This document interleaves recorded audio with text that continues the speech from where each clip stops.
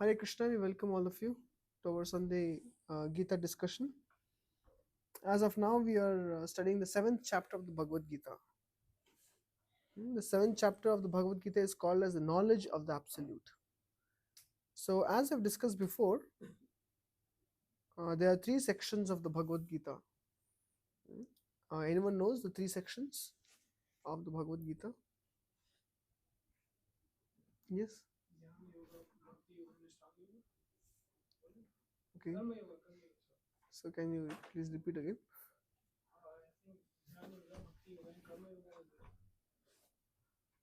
What is the first one? Okay. Anyone else? You got it. You're almost right. What are the 3 sections of the Bhagavad Gita?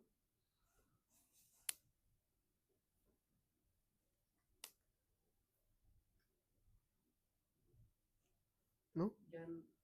Jnana Yoga, Dhyana Yoga and Bhakti Yoga. Okay. Anyone else? 3 sections? No? Keshav Kumar Prabhu.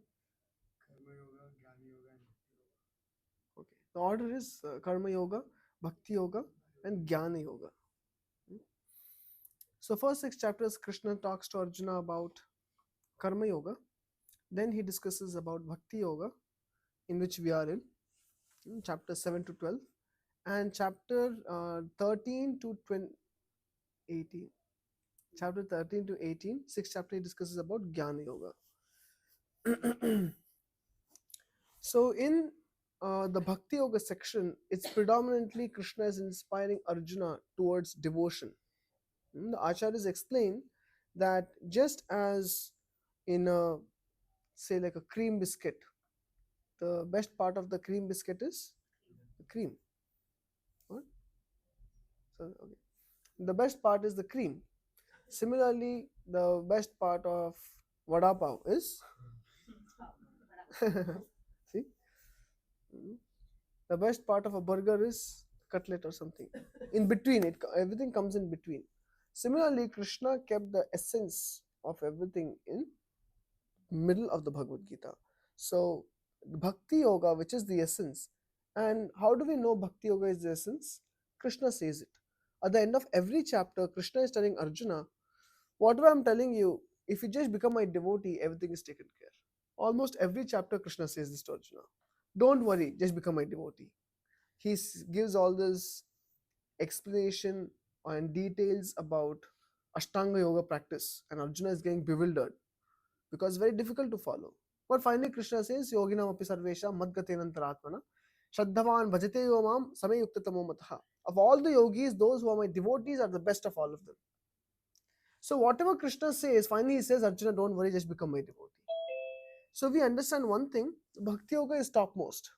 And therefore Krishna protected it by keeping Karma Yoga at the beginning, Jnana Yoga at the end. And Bhakti Yoga is the essence of all knowledge.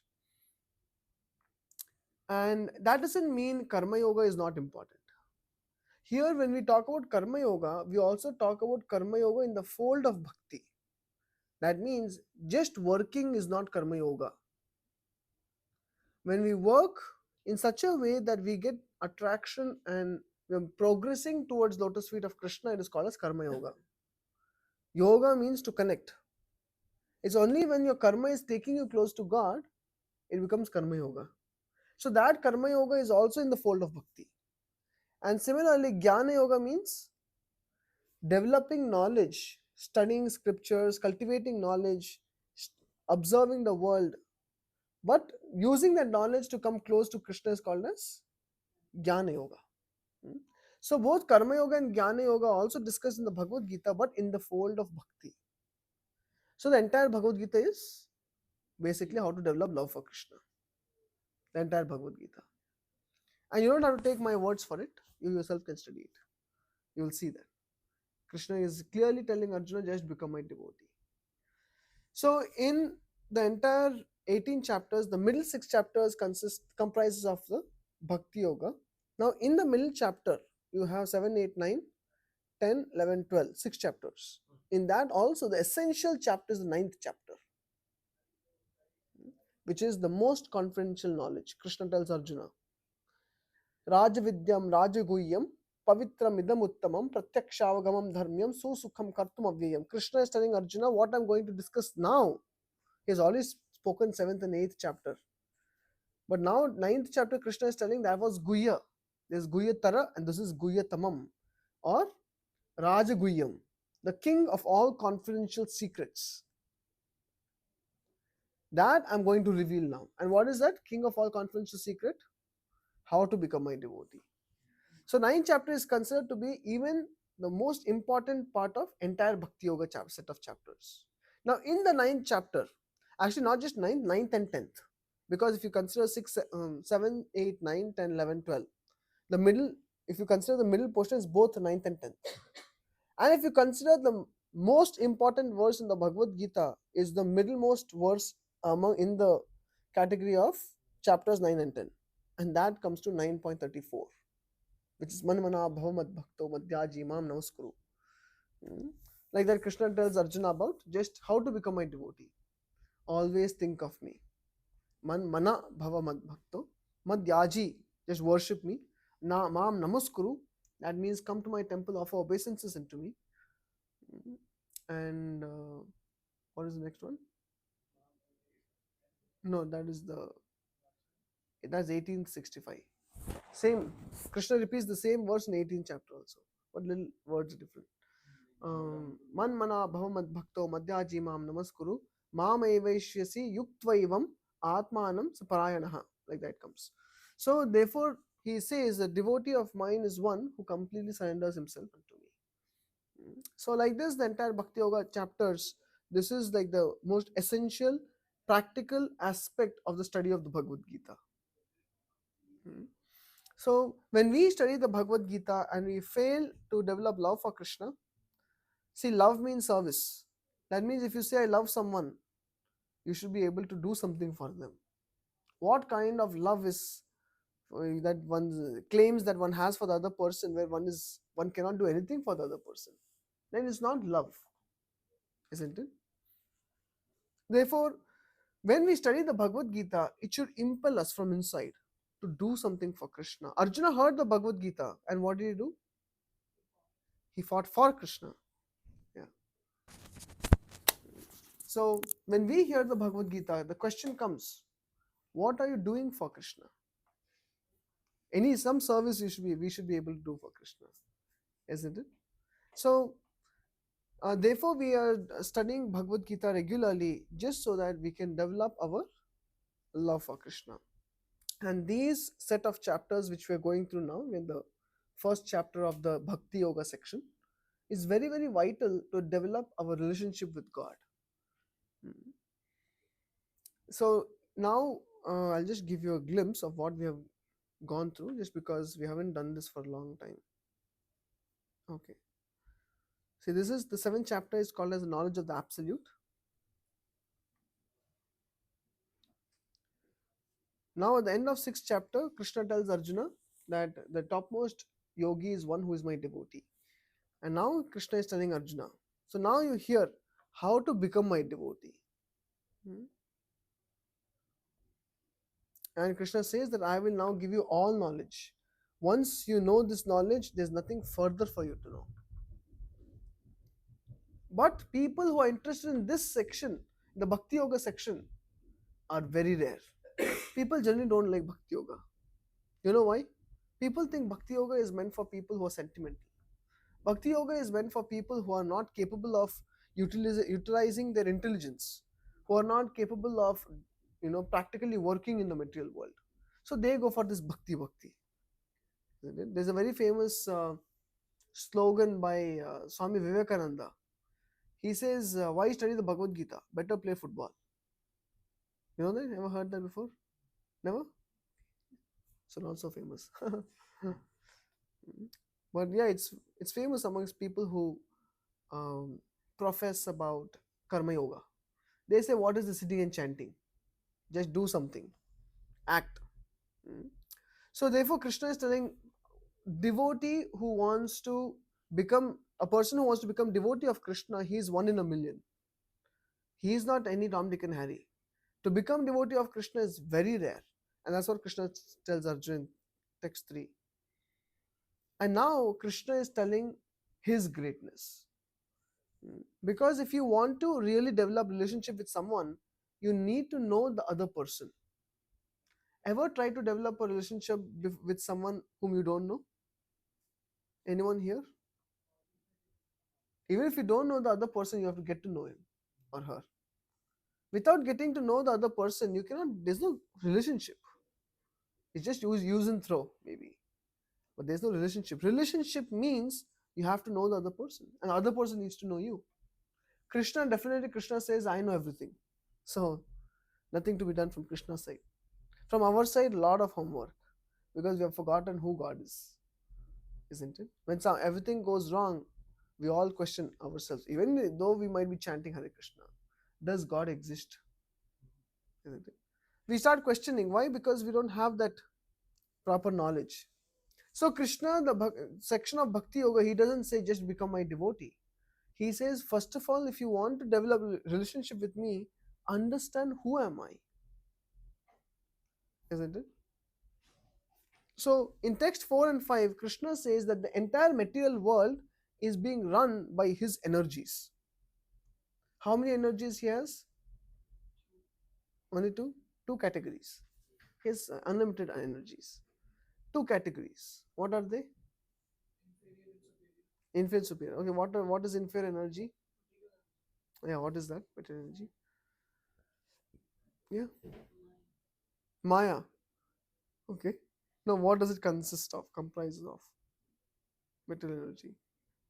Earth, water, air, Panchmahabhut. तो पूरा बोलो. Earth, water, Earth, water, whole thing, huh? earth, water, fire, ether, air, And mind, intelligence. yeah. So material energy means 8. Krishna says 8 aspects.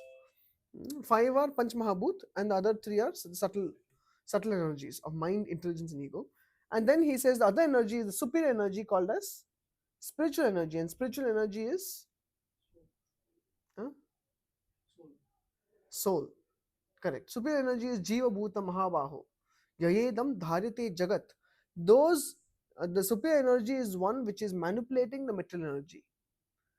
And therefore, in this world, the Jiva Bhutas, which is us, the living entities, we are so busy whole day and whole night. Why? Because we are busy trying to manipulate matter. Why is the Jiva trying to manipulate matter? Jiva is spiritual, matter is material. Why is Jiva trying to manipulate matter?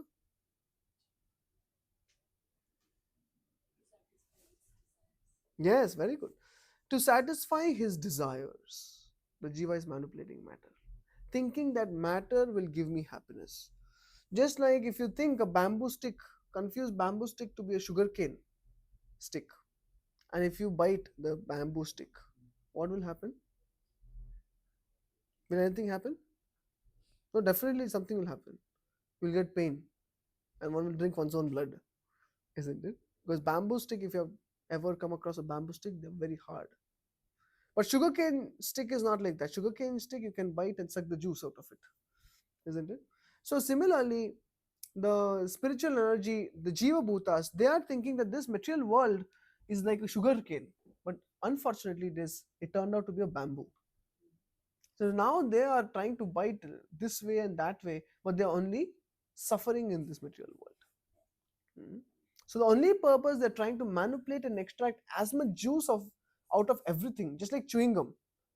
You keep chewing the chewing gum, you have the flavor for how long? Maybe 30 seconds. Third class chewing gum, maybe 10 seconds, isn't it? After which there's nothing. But you keep chewing, thinking that some rasa will come out later. It is called as hope against hope. Something is there in this material world. And therefore, Sri Prabhupada made a very powerful statement. I'm not sure if you can handle it. He said that if you want to go back home, back to Godhead, back to the spiritual world, you have to be completely pessimistic about the material world. If you want to go back to spiritual world, you have to be completely pessimistic about the material world. What aspect of it are you supposed to be pessimistic about? No, not sense. There's so much opportunity for sense gratification. Thinking that sense gratification will give you happiness. That's what you have to be pessimistic about. I've tried so much in this material world, I've never got any happiness. But then Maya is very smart. She knows you just change the packaging, isn't it? Same chocolate dairy milk. Change the packaging. Looks new. When it looks new, then you feel something is there. But actually, nothing is there. It's the same old ingredient. Isn't it? Ever tried that before? You feel when the package is changed, probably there's a new item. There's nothing new in this material world. And therefore it is said, Punah Punah Charvita Charvananam, Prahlad says. What is the definition of material world? This is a place of chewing the chewed. We only chew the chewed thinking that there is some taste in it. Some taste will come out of it in the future. Not now, but perhaps in the future. And therefore, the Jiva Bhutas are continuously trying to manipulate this material world in different ways. People are trying to dig the earth for petroleum. People are trying to cut the forest down for different usages of trees. People are trying to manipulate so many chemical elements to get so many different kinds of compounds or something which can be used as fertilizers, which can be used as soaps, so many things, isn't it? Just to somehow or the other increase the comfort in this material world. Now, despite how much of a comfort you have, there is still suffering, isn't it? I've seen some people, they're very cautious about keeping themselves free from flu. Even in now, they wear mask. Such a person once I saw, she anyway fell sick. She was so cautious wearing mask all the time. If anyone sneezes, immediately she would cover her nose and she would chastise the other person and go away from that place. She was so cautious, but she anyway fell sick. How much ever one protects oneself, we fall sick. Isn't it? Nature of the material world. Nature of the material world is there is no happiness. It is what is a material world? We are just trying to keep up the falling body. Isn't it? Body is failing, you are trying to keep it up. That is material life. Does it sound interesting? Yeah? Wow. Interesting. It's not interesting. Interesting to know. Yeah. That is material world. It's a failing apparatus. You have seen something like when things fall apart, you're holding on one thing, something else falls, and then you have to bend to get the other thing, then something else is falling, you're like putting that thing and somehow catching. A lot of tension, stress. Ever heard of stress? Is because you're trying to maintain a falling apparatus. That's why there is stress. If things go your way, why is there stress? But things will never go your way, for certain. So, therefore, the poor spiritual energy, having come under the influence of material energy, is trying to exploit material energy to thinking that there is happiness in it. Unnecessary, so much endeavor goes thinking that these elements, earth, water, fire, air, ether, and mind, intelligence, ego, can give me happiness. How can this give you happiness? Can this give you happiness? Yeah? Is there happiness in it? What aspect of this gives you happiness, Rohit Prabhu? If we are using this to like serve Krishna, So what is giving you happiness? Table is giving you happiness? Krishna, Yeah, that's what I'm asking. So can you get happiness from this? No, you cannot get happiness. Can you get happiness from, say, this is wood? Can you get happiness from a cushion? Are you sure? You're not forced to say no. Think about it. Can you get happiness from a cushion? temporary. Temporary? What is the temporary happiness you get from a cushion? Yeah, that the material if you're lying down, you feel comfortable. Yeah, it gives you comfort, not happiness. Gives you comfort, definitely. Do you get happiness from gadgets?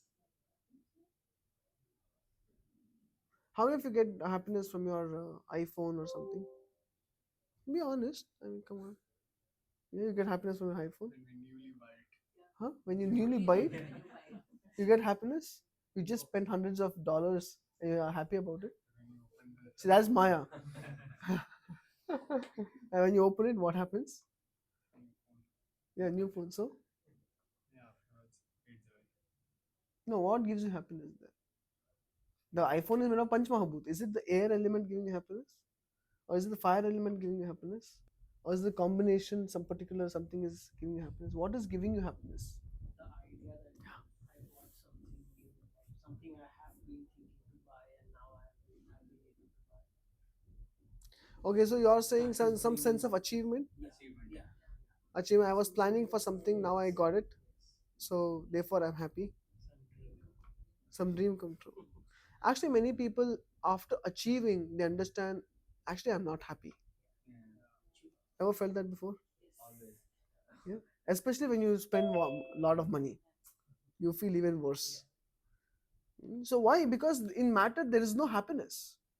Why? Because nature of matter is not Satchit Ananda. There is no Ananda in matter. So how can it give you happiness? It's not happiness. It is an illusory curtain called as happiness. People outside, my friends, they say that when they bought their new phone, they became very happy. So I'm also supposed to feel like that, isn't it? So it's the more of a influence of the society around us. The whole world says if you have a very posh car, if you have a very good family, good education in United States, you will be happy.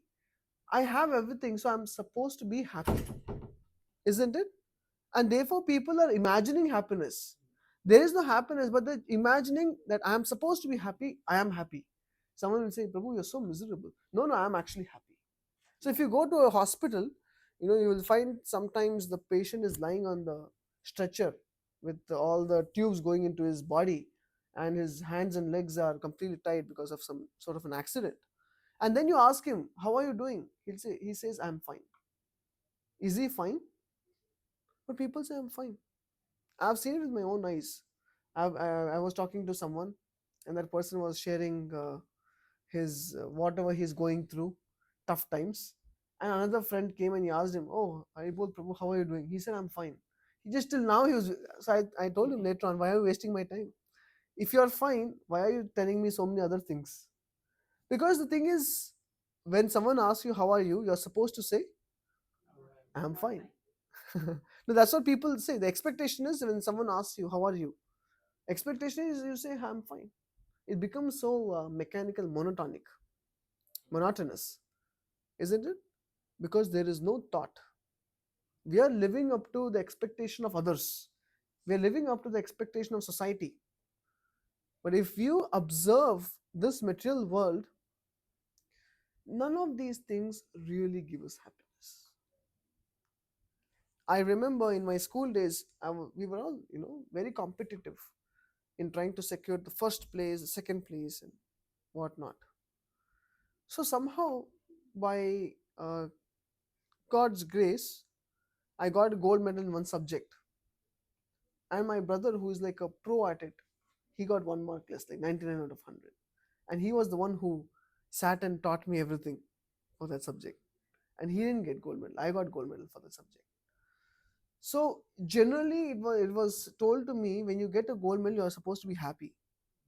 So I was happy, but I felt after that happiness lasted for maybe 1 week, when people, whenever they would see me, say, I saw you on the stage the other day. I saw that you got the gold medal. So 1 week, 2 week, 4 weeks at max. After that, no one cared. Nor did I. I did not care for that gold medal anymore. So what happened to the happiness?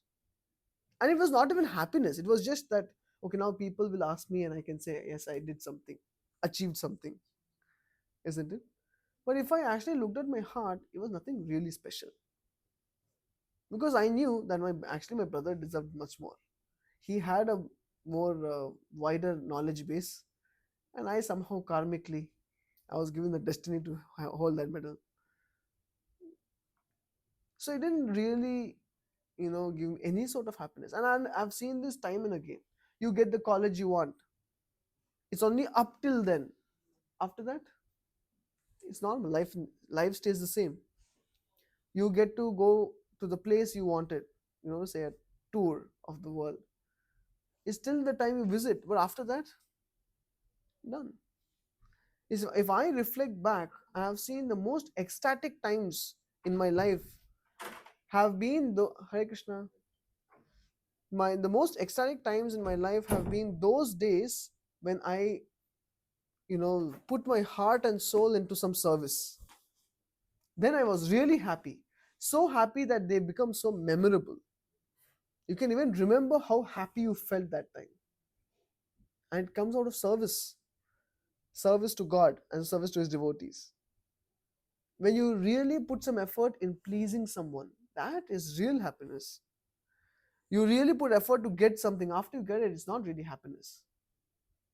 Your mind actually tells you what next. Isn't it? Am I the only one, or all of you agree? Isn't it? So therefore, why am I telling you this? Because Krishna is telling Arjuna that my spiritual energy, the Jiva Bhutas, the living entities, what do? They waste their time trying to manipulate the material energy. And why are they manipulating material energy? To fulfill their desires. Isn't it? Okay, now text 6. Krishna in text 6 says, but both the energies, I am the origin. And he finally tells Arjuna, in this whole material world, it is pervaded by material and spiritual energies. But I am the one who is like the thread holding all the pearls together. Sutre Manigana Iva. So whole you can observe this material world and is functioning so perfectly. That is because I am holding things down. If Krishna lets loose anything, everything is going to go haywire. But Krishna says, I am holding it down. Gama Vishacha Bhutani Dharayami Aham Ojasa. I enter into each planet and I hold the planet in its orbit. Can the scientists explain how the planets are in their orbit? Yeah, they can. They say centrifugal force. Isn't it? Krishna says, I am the one holding it. And Krishna says, I am the one through my two eyes. One is the sun, one is the moon. Through the sun, I allow the plants and the vegetables, all these things to grow. With my other eye called the moon, I nourish them with juices. What if you ate apple which tastes like thermocol, like no taste? How fun is that? It is the moon which gives juices to the fruits and vegetables. And therefore you have varieties of sabjis. But everything tasted the same, bland. Then where's taste? There's no taste. So Krishna says, I give the juice. I don't just help them grow, I also give the juice. So therefore, in this way, Krishna says, everything is rest upon me, Arjuna, as pearls are strung on a string. And today, we will see the next 4 to 5 verses where Krishna says, I can be observed even by a neophyte devotee. If anyone asks you, can you see God? Krishna says, yes. Even if you're not a pure devotee, you can see me. There are ways to see me. That's what Krishna says. Now, next few verses, which we'll cover today. Rasoham apsu kaunteya prabhasmi shashi suryayoh pranava sarva vedeshu shabdakhe paurasham nishu.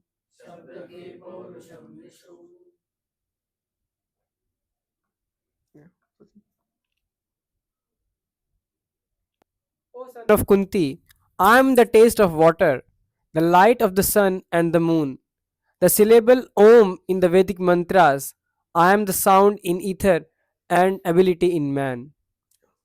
So Krishna is telling Arjuna, how can you see me? Just for example, Sri Prabhupada, his disciple went to Sri Prabhupada and asked him, Prabhupada, how do we see you everywhere? And Prabhupada gave an understanding. He said, when you see my shoes, what do you see? Or what comes to your mind? And the disciple said, when I see your shoes, I immediately remember you. He said, yeah, that's how you remember. You see me everywhere. That means you're seeing the shoes, but he's seeing Prabhupada. Yeah? So when you understand everything belongs to God, the problem is we don't understand everything belongs to God. isn't it?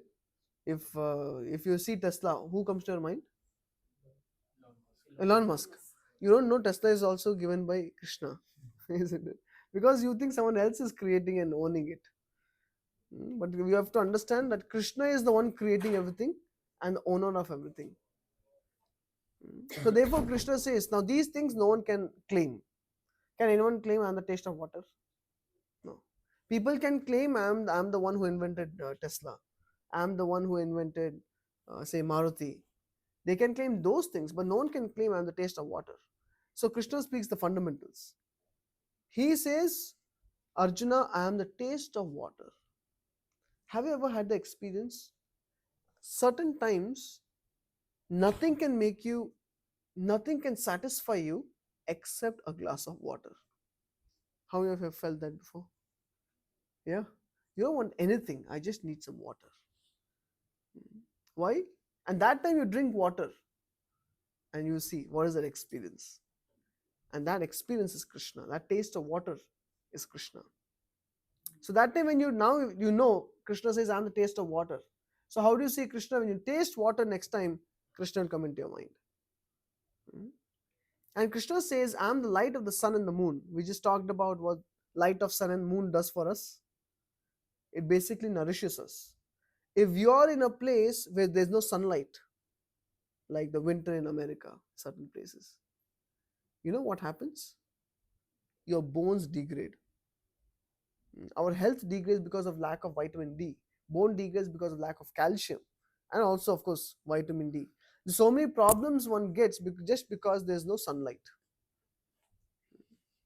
So light of the sun is very important. And light of the moon also we discussed. Very important. And Krishna says he is the syllable Om in the Vedic mantras. How is this relevant? So what? In the Vedic mantras, there is no mantra which doesn't start with Om. So Krishna is syllable Om in the Vedic mantras. That means in every mantra you chant, there is Krishna. And finally he says, I am the sound in ether and ability in man. If you're proud of your strength, if you're proud of what you can do, what you have done, that is all Krishna. When you see someone, working very hard, so if you see someone very active, that means there is ability. And that when you see that ability in someone, you will, of course, appreciate it, because that ability itself is Krishna. So therefore, no one can. Of course, we give credit to the person, but we should understand that ability in that person to work hard to do something in this world. That is also Krishna. Paurasham Nishu. That Paurusha is Krishna. Yeah. Prabhupada? Yeah. This verse explains how the Lord is all pervasive by his diverse material and spiritual energies. The Supreme Lord can be preliminarily perceived by his different energies, and in this way, he is realized impersonally. As the demigod in the sun is a person and is perceived by his all pervading energy, the sunshine, so the Lord, although in his eternal abode, is perceived by his all pervading diffusive energies. The taste of water is the active principle of water. No one likes to drink seawater because the pure taste of water is mixed with salt. Attraction for water depends on the purity of the taste, and this pure taste of is one of the energies of the Lord. Yeah. When you get pure water, sometimes it's sweet. Some spring water or something, and therefore they put, what is it? Bottle polar. Polar and spring water. Everyone wants to advertise spring water because the purity of the taste of water depends on its purity. Nowadays they add many things, isn't it? Or they are actually recycling some wastewater, and sometimes bland. They have to put in some certain chemicals and vitamins to make it effective. But when you actually find pure water, that is very tasty. Krishna says, I'm the taste of that water. So don't say next time, Prabhu, the water in my city tastes very bad. That's Krishna. No, Krishna is not that taste. He's the pure taste of water. Yeah. The impersonalist perceives the presence of the Lord in water by its taste, And the personalist also glorifies the Lord for his kindly supplying tasty water to quench man's thirst. Yeah, very important point. So when we taste the water and say, okay, this is Krishna, that's just impersonalistic because we still don't have the form of the Lord. It's just we are accepting and giving credit to the energy of the Lord. You're just acknowledging the energy of the Lord when you say Krishna's taste of water. But Prabhupada says, impersonalist says like that, but a personalist, he understands this water is given by Krishna, isn't it? That means if it's given by Krishna, that means he's another person. He's not just the abstract taste. Impersonalists, they say God is abstract. Like Albert Einstein made a statement. He said, I believe in the God of Spinoza. And Spinoza said this nature itself is God. Very abstract. But the devotees understand God is a person who is the master of nature. He's not just the beauty in nature. He's not just the love in this world. No. God is someone, he's a person from whom everything comes. He's a person from where the beauty comes, from where love comes, from where the material and spiritual worlds come. So he's the person who provides it. He's not just the abstract aspect of beauty or love. But at the same time, he's also that. Does that make sense? He's the one who gives it. At the same time, he's also that. Why? Because everything is his energy. Yeah? And that is the way of perceiving the Supreme Lord. Okay, then Prabhupada goes into impersonalism, personalism. Yeah. And Chaitanya Mahaprabhu therefore established this sublime doctrine called as Achintya Bhed Abheda. So if someone tells you what philosophy we practice, we follow the philosophy of Lord Chaitanya Mahaprabhu. That is called as Achintya Bhed Abheda Tattva. Achintya means, anyone knows what Achintya means? Achintya, not Achetan. Achintya. Chinta is saying that Chinta is worries. This Chintya. Yeah, inconceivable. It's very difficult to understand. And what is the philosophy? Achintya, inconceivable. Bheda means difference. Bheda. And Abheda is oneness. Inconceivable difference and oneness. That is the philosophy. What does that mean? Is Krishna impersonal? How many of you say Krishna is impersonal? Only one? Two? Three? Following in footsteps of the great souls. Yes, Krishna is impersonal. But he's not just impersonal. He's impersonal also, he's personal also. For example, when there is sunshine, you're sitting in your room and sunshine is coming to the windows. Then you are telling, mother, can I close the windows because the sun is in my room? If the sun is actually in your room, you cannot survive to say sun is in your room. That means sunshine is in your room, which is the energy of the sun. But sunshine, they are interchangeable. Yes? When you say sun is in my room, it is understood. It is the sun whose energy is in your room. Similarly, when the Supreme Lord, his energy is the material world, one aspect. So therefore, this material world is also Krishna. But at the same time, it is also not Krishna. Does that make sense? Yeah? But why are we suffering in one of his energies? Why? That is because of we have turned away from Krishna. We don't want to accept him. Like when you understand this material world is Krishna's creation, belongs to Krishna.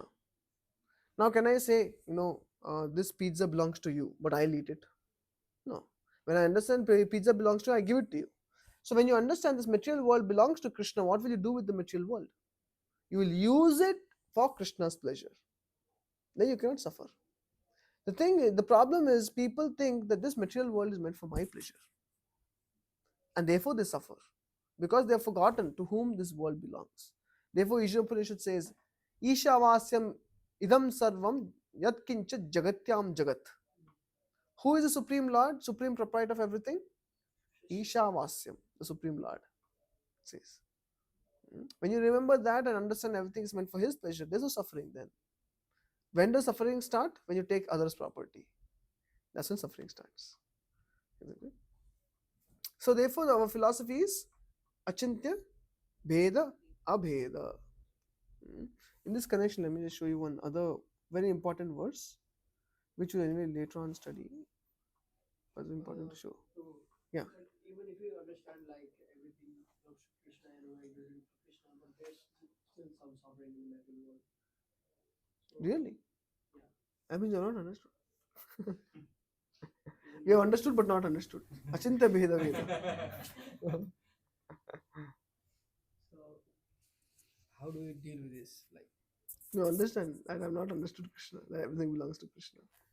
but still, like when we are like voluntarily doing devotional service, there's suffering imposed upon us. For example, any suffering like regarding our career, regarding our everything, like.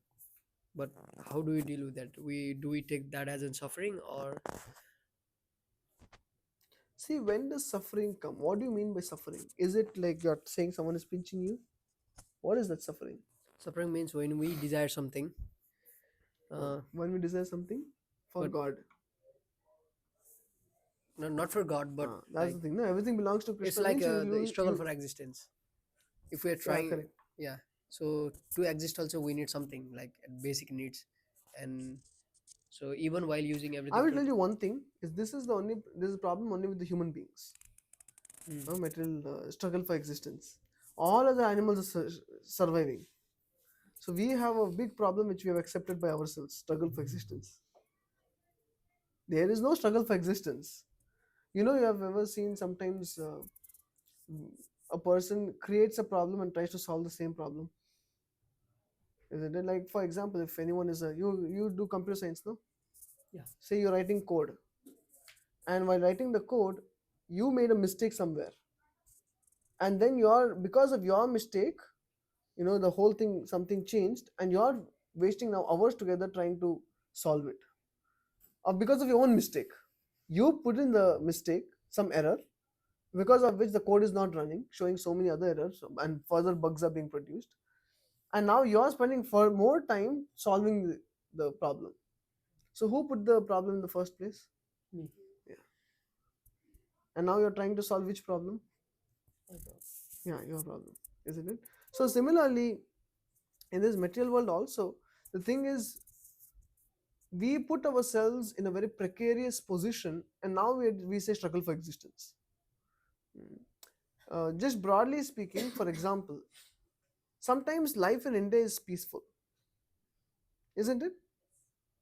Now we ourselves took the pain of coming here, and now so there's so many job problem and this problem and that problem and loans and what not.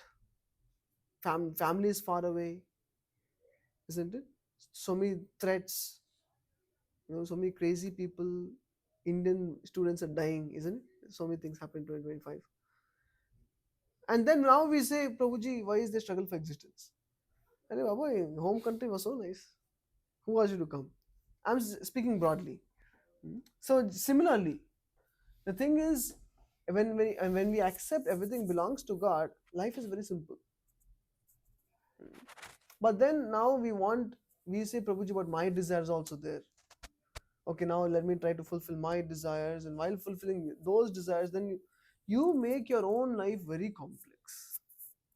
Otherwise, God has given enough, as Gandhi said. God has given everything for everyone's need, but not for one man's greed, isn't it? So the struggle for existence should be faced with animals, like the dogs. When you look at dogs in India, you have seen the street dogs. They fight for food. They fight for proprietorship of a lane. They fight for a mate. They have struggle for existence. Human beings are not supposed to fight like dogs and cats. But now you see wars for lane. Their dogs fight for a lane, we fight for land, isn't it? But we are also fighting. They're also fighting. Now, sometimes one dog has the monopoly of the food in that area. When the other dog goes, it just barks and kicks him out. So similarly, when one country takes the monopoly of all the grains or something, and is restricting all the grain supply to other places where people are dying of poverty, starvation. Or you will see now sometimes two boys they love one girl, or you can say one boy loves this girl loves this boy, and then this boy shoots this boy out of envy, and then she says, how could you do this, you're a cheat and whatever, she starts complaining, you're a rascal and everything, and he shoots her. Then he hears the siren coming, and then he shoots himself. It's called love triangle. Yeah, you see, so for mate also nowadays people have problem, isn't it? Dogs have problem finding a mate, they literally tear each other to death. I have seen some street dogs in Bangalore, they have like so many wounds, they're all bloodied. Why? Because heavy fight for a female dog.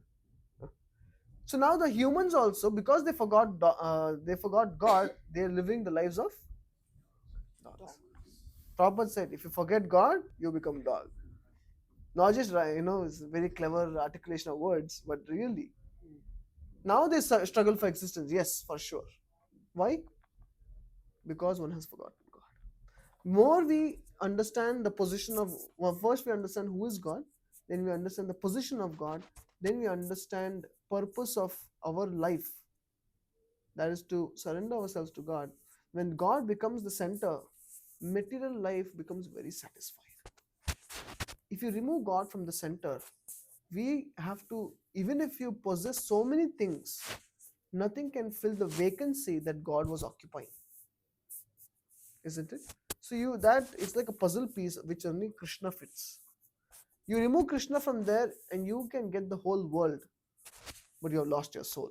Jesus said, what profit of the man if he gains the whole world but lost his own soul? So therefore nowadays people, they get a lot, they're rich, they have so many skill set, they are very talented, charismatic, but are they happy? No, that they can't say. Then yes, struggle for existence. You're able to understand? So all this comes as a result of having forgotten God. So in this verse, in the 9th chapter, Krishna says the same thing about Achinta Bhed Abheda. Are all of you able to understand what I'm saying? Is it getting complex? No? Okay. Now we will make it complex. Maya tatamidam sarvam jagadavyakthamurtina matstani sarvabhutani na chaham teshavastitaha. Krishna is telling, I am everywhere in this material world. Maya tatam idam sarvam jagadavyakta murtina. How? In my impersonal form. What is impersonal form of Krishna? You know it. We just discussed. Energy. Whether material, spiritual, energy. His energies is his impersonal form. Sunlight is impersonal form of the sun. Similarly, his energy. So Krishna says, I am everywhere in this world. How? I pervade to the entire world, spiritual material world, in the form of my energies. Jagat avyakta murtina.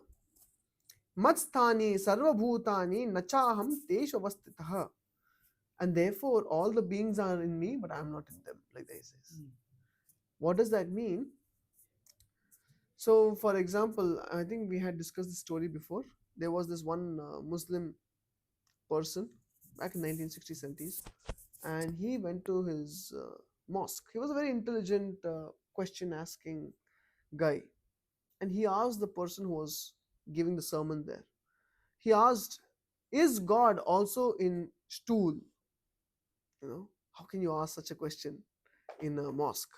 Immediately he was kicked out because they were saying God is everywhere. Just depend on Allah, He's everywhere. So he had a very genuine question. Is He also in stool? How many of you say yes? My God. Is He there? He's not there. You know that? He's not there. Of course He's not there. You can't worship your stool. How is He there? Huh? But He's there. Isn't it? That's what is the Achinta Bhed Abheda. If someone says your God is in stool, of course not. But He's there. Isn't it? Some students ask, when you chant Hare Krishna, we say Krishna comes and dances on your tongue. They say, but Prabhuji, tongue is not a very nice place, saliva, Mouth stinks. But then how can Krishna dance on your tongue, touching your tongue? No, he's not on your tongue, but he's there. So Krishna is everywhere, but he's not there. He's not everywhere, but he's there. That is achintya bheda abheda tattva. Yeah. Why? Because he's pervading to this entire world in the form of his energies. Yeah. So can you just read the translation?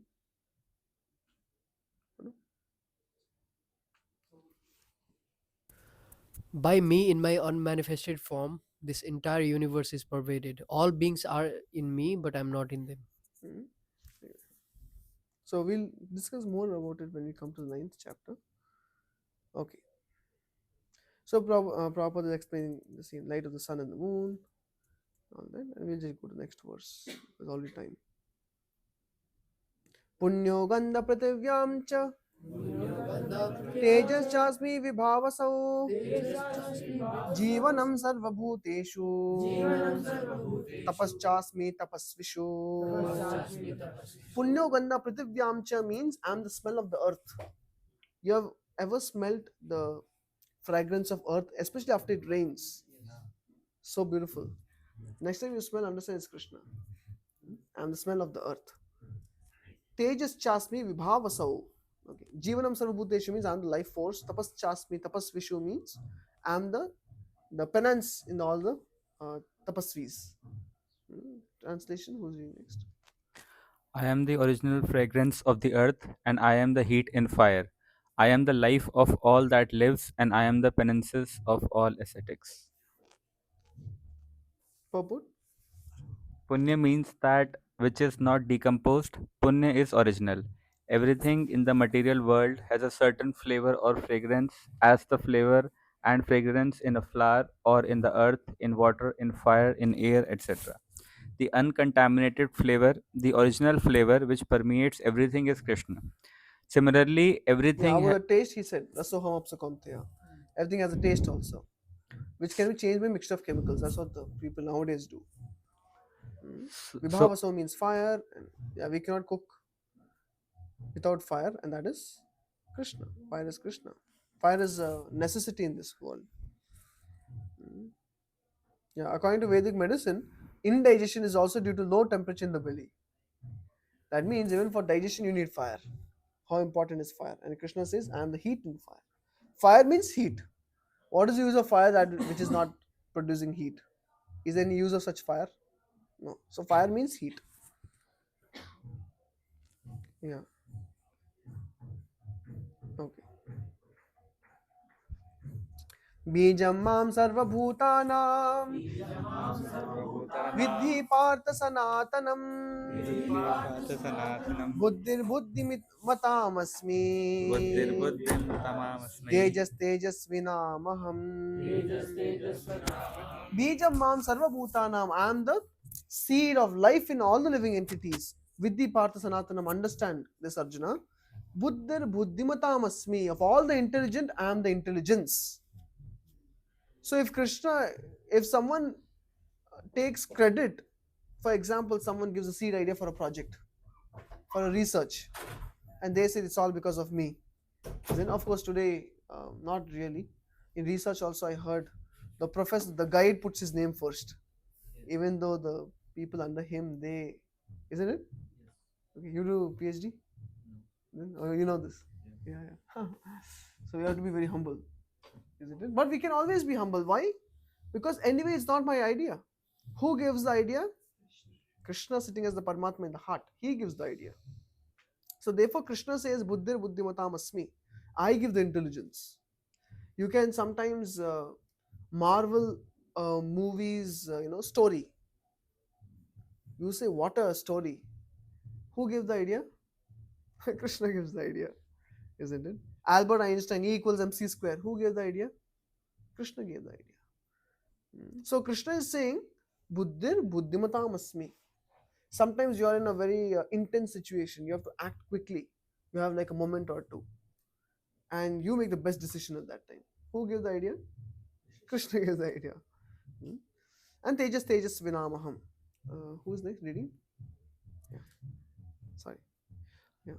O son of Pritha, No, I am the original seed of all existences, the intelligence of the intelligent, and the prowess of all powerful men. Yes. You have seen the world's strongest man? Anyone has seen? They're supposed to hold the two iron pillars or something from falling. Who can do it the longest? You have seen their bulging muscles and everything. They're very powerful. But Krishna says that power is me. I am the prowess of all powerful men. Okay, purport? Yeah. Bijam means seed. Krishna is the seed of everything. There are various living entities, movable and inert. Birds, beasts, men, and many other living creatures are moving living entities. Trees and plants, however, are inert. They cannot move, but only stand. Every entity is contained within the scope of 8,400,000 species of life. Some of them are moving and some of them are inert. In all cases, however, the seed of their life is Krishna. Yeah. So here Prabhupada is explaining how Krishna is the seed of everything that's living in this world. And going quickly to this, Krishna is the source of everything. He's the root. Okay. And Kattopadishad, Nityo Nityanam, Chetanas Chetananam, Eko Bahunam Yo Dadati Kaman. Krishna maintains everyone. That's it. Unless a person is intelligent, he cannot understand the Supreme Personality of Godhead. So if you want to really understand Krishna, you have to pray to Krishna. Please give me the intelligence to understand you. Sometimes Krishna himself cannot understand. Krishna cannot understand himself. Isn't it? Sometimes he looks at the reflective tiles. He says, "Who is this beautiful person?" He gets confused. He gets bewildered by his own beauty. Why? Because Krishna is not understandable even by Krishna. So if you want to understand God, it is not possible by our mathematical calculations, our brain capacity, our gray matter. If we want to understand God, Krishna has to reveal himself. It's only then. And therefore, Bhakti Yoga takes its highest position above all other yoga systems. Why? Because Jnana Yoga means using one's intelligence to understand higher subject matter. Bhakti Yoga means you surrender to the Supreme Lord and Krishna reveals himself to you. It's a descending process. Whereas Jnana is ascending process. And therefore, such Jnanis, they spend million more lifetimes in this world. To be a Jnani is 1 in 1,000, but to be a devotee is 1 in a million. 7.3 Bhagavad Gita, Krishna says. And you know the very famous pastime of Brahma Vimohan Leela? Ever heard of it before? How Krishna bewildered Brahma? Okay, so maybe next time we'll discuss because we're short time. Anyway, Brahma his body is said to be made up of only one element, and that is intelligence. And how many heads does Brahma have? 4 heads, an entire body made of intelligence. And he got bewildered by Krishna. You know why? As Brahma was passing on his swan carrier through this material world, and some of his attendants, they informed him how Aghasur, who was a very powerful demon, was killed by a blue boy in a village called as Vrindavan. So Brahma could not believe this. And so he wanted to really come and see it for himself. Who is this blue boy who killed? It must be some demigod, some Indra, playing around. So Brahma came to this world and he just happened to see what this blue boy is doing. At that time, Krishna, with all his coward boyfriends, he was sitting in a circle and having lunch. And at that time, everyone is sitting down, bringing their own lunch boxes, and they were all sharing prasadam. And one boy was eating rasgulla by himself. It's all Leela. And at that time, Krishna said, "Hey, what is that?" He said, "Rasgulla my mother sent." He said, "Oh, you are tasting the rasgulla alone?" So as he was eating, he did like that. So the rasgulla from his mouth went into the mouth of Krishna. And this bewildered Brahma. He thought, how is that Supreme Lord lying in the Shetadvip ocean, the ocean of milk, who is glorified by the Purusha Sukta, all the Vedic hymns, all the sages are at his lotus feet, Lakshmi is massaging his lotus feet, Ananta Shesh is his bedstead. That great Supreme Lord who's only approached by the most purified of all living entities. If you want to see God in South India temple, you can understand what I'm talking about, awe and reverence. You cannot just go into the sanctum sanctorium. Even Tirupati, if you go, a moment darshan, that's all. That too from far away. Forget going inside the sanctum sanctorium. Only very pure pandits can go inside. Now that Supreme Lord is eating the juta of some other village boy. How can this be God? This is Brahma. Why Brahma is applying his analysis? Yeah, according to me, God means, point A, point B, point C. But Krishna doesn't have to fit in our logic box, isn't it? And that's the problem with people today, because they think God means he should be, according to what I think God is. God should be very moral. How can Krishna be God? Dancing with 16,108 queens, dancing with the wives of other men. Can Krishna be God? Impossible. He's not even moral. What to talk about being God? Therefore, they appreciate Ram. They cannot appreciate Krishna. Because they think God means they should fit in my logic box. He should fit in my morality box. But God is not like that. So Brahma, with his 4 heads, mistaken Krishna. And if you read the Krishna book, Brahma put a test. He stole all the coward boys. He wanted to see what will this blue boy do. He stole all the coward boys and hid them somewhere. And Krishna looked around. He understood this is a work of Brahma, because he got bewildered by my actions. And what did he do? He expanded himself into each and every coward boy exactly the way they looked, to every precision of every detail. The way they would smile, the way they would laugh, the way they would speak, their vocal cords, the way they had certain gestures. Everything, even not just coward boys, there were also monkeys who are there. So he also expanded himself into baby monkeys, into calves, everything. As he expanded, he behaved like the perfect child of their parents. And when these children went back home, their parents felt an extra amount of affection towards the children. And when Krishna came back from the forest along with the coward boyfriends, the other parents felt, not just Krishna, my boy is also looking very special today. Why? Because it's Krishna only, isn't it? And of course, this went on, but Balram felt something is wrong. Balram felt, because it went for 1 year. This whole natak went for 1 year. Because of course the Brajvasis also had a desire. We also want to have Krishna as our son. Krishna fulfilled that also side by side. He is Adbhuta Karmanaha. Adbhuta Karmanaha means whatever action he performs, he does multiple things in one action. So to teach Brahma a lesson, he also fulfilled the desires of the Vrajavasis. So now Balramji thought it is little awkward. Why? Because he saw that the calves would be grazing. The small coward boys would take calves for grazing, whereas the coward men would take cows for grazing. So when the cows saw their calves, the calves went running towards them with their 2 feet, with their hands up in the air. Balram thought this is unusual. This is not normal. How is it that they have so much affection for their calves that they started running from the top of Govardhan mountain, if I'm not wrong, running with their 2 feet? This is very awkward. Then he noticed not just them, all the mothers, they were very affectionate with their own children. Extra affection. So he felt this is some trick of Krishna. And that time, of course, Krishna understood this is the time for me to end this trick. So what had happened, Brahma, after hiding the coward boys, he just went for a moment to a higher planetary system. There's time relativity. So as you go up, there even a moment spent is like lot of time here. So he went for a moment and he came back to check what had happened. He saw that Krishna is still having his coward boyfriends around him, whereas he thought I had stolen all of them. So now he got bewildered. Now he started thinking, who are these guys? Because I just stole them and hid them in the clouds. So now Brahma was put into thought.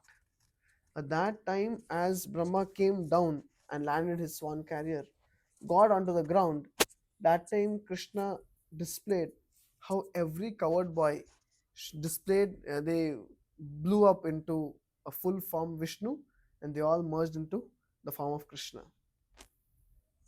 And this was witnessed by Brahma. And that time, if you read Srimad Bhagavatam, 10th canto, 14th chapter, it's the prayers of Brahma. I'll just show you one prayer and we'll conclude with that. And it talks about how you cannot understand God. Brahma finally understands how you cannot understand God through your intelligence.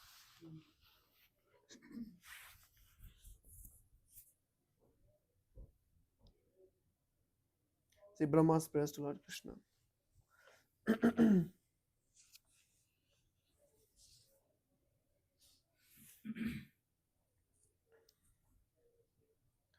They all are very beautiful prayers. Huh? Maybe let's recite this prayer also. Shri Brahmo Vacha Navamidhyate Bravapushe Tadidambaraya Bravapushe Tadidambaraya Gunjavatam Saparipicchala Sanmukhaya Vanyasraje Kavalavetra Vishanavenu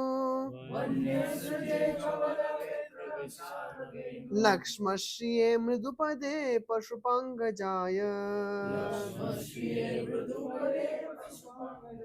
The vision of Brahma changed. Initially, when he came to Vrindavan, he thought, who is this blue boy? Now, when he sees blue boy, he's saying, this is not just blue boy, he is someone very special. And he is glorifying the beauty of Krishna. My dear Lord, you are the only worshipable Lord, the Supreme Personality of Godhead, and therefore I offer my humble obeisances and prayers just to please you. O son of King of the cowards, your transcendental body is dark blue like a new cloud. Your garment is brilliant like lightning. The beauty of your face is enhanced by your gunja earrings and the peacock feather on your head. Wearing garlands of various forest flowers and leaves and equipped with a herding stick, a buffalo horn, and a flute, you stand beautifully with a morsel of food in your hand. No, he's glorifying the beauty of Krishna. That means Krishna revealed himself to Brahma. When he wanted to understand Brahma, or when Brahma wanted to understand Krishna, he could not understand. He thought this is just ordinary blue boy. And when he became humbled, that I stole all the coward boys, but they're still here. That means I did a mistake. How can I make a mistake? I'm so intelligent. So he became humble that I can also make mistake. At that time, Krishna revealed himself. And now Brahma is able to appreciate his beauty. Okay. Let me just look for this one. This is fourth one, I think.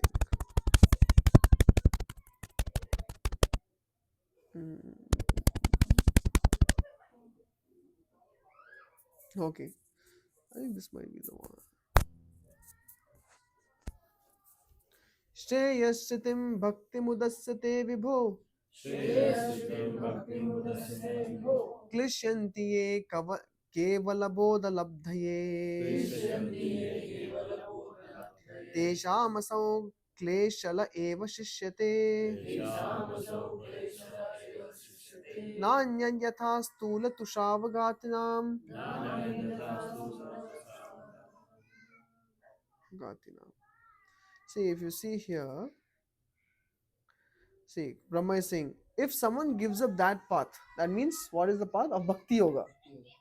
If someone gives up the path of Bhakti Yoga and engages in cultivation of jnana, speculative knowledge means trying to experiment and understand God. He will simply undergo a troublesome process and will not achieve his desired result. That means you cannot understand God like that. And Brahma says, as a person who beats an empty husk of wheat cannot get any grain, one who simply speculates cannot achieve self-realization. He only gains. So something is gained. That is trouble. If you beat an empty husk, you only get pain in the hand. You cannot understand God by such endeavors. So trying to use our intelligence to understand God is not possible. Then why did even Krishna even speak Jnana Yoga in the Bhagavad Gita? Because this Jnana Yoga is Jnana about Krishna. That means it explains how this material world is working. That this Jnana helps us to go closer to Krishna. But at the end of the day, how can you know about Krishna? Surrender. Okay. So what will happen? He will reveal. He has to reveal himself. Yeah. Only then. Otherwise, it's not possible to understand God. So therefore, to please his devotees, when you please his devotees, Krishna is even more pleased. Sometimes we go for book distribution and a man with a dog comes. If you go directly to the man to give Bhagavad Gita, he'll say, just get out of my way. So what do? First, we glorify the dog. Such a beautiful dog you have. Then he becomes, opened to hear. Then we say, dog is very beautiful. That means he has a very nice master like you.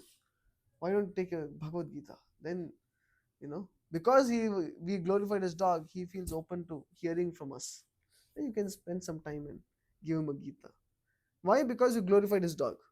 Similarly, you pleased Krishna's devotees. Who is pleased? Krishna is pleased. But on the other hand, if you displease his devotees, who is displeased? Like you go to the man and kick his dog and say Gita for you. Isn't it? Doesn't work. So therefore, if we want to understand God, we have to please those who are dear to him. Then he is pleased. When he is pleased with you, he will reveal himself to you. So, 7:10. We'll just read 11 and 12 and we'll. Balam balavatam chaham kamaraga vivarjitam dharma viruddha bhuteshu kamosmi bharatarishabha. Krishna is telling balam balavatam chaham, of the strength of all the strong people, I am the strength. Kamaraga vivarjitam dharma aviruddha bhuteshu kamosmi bharatarishabha.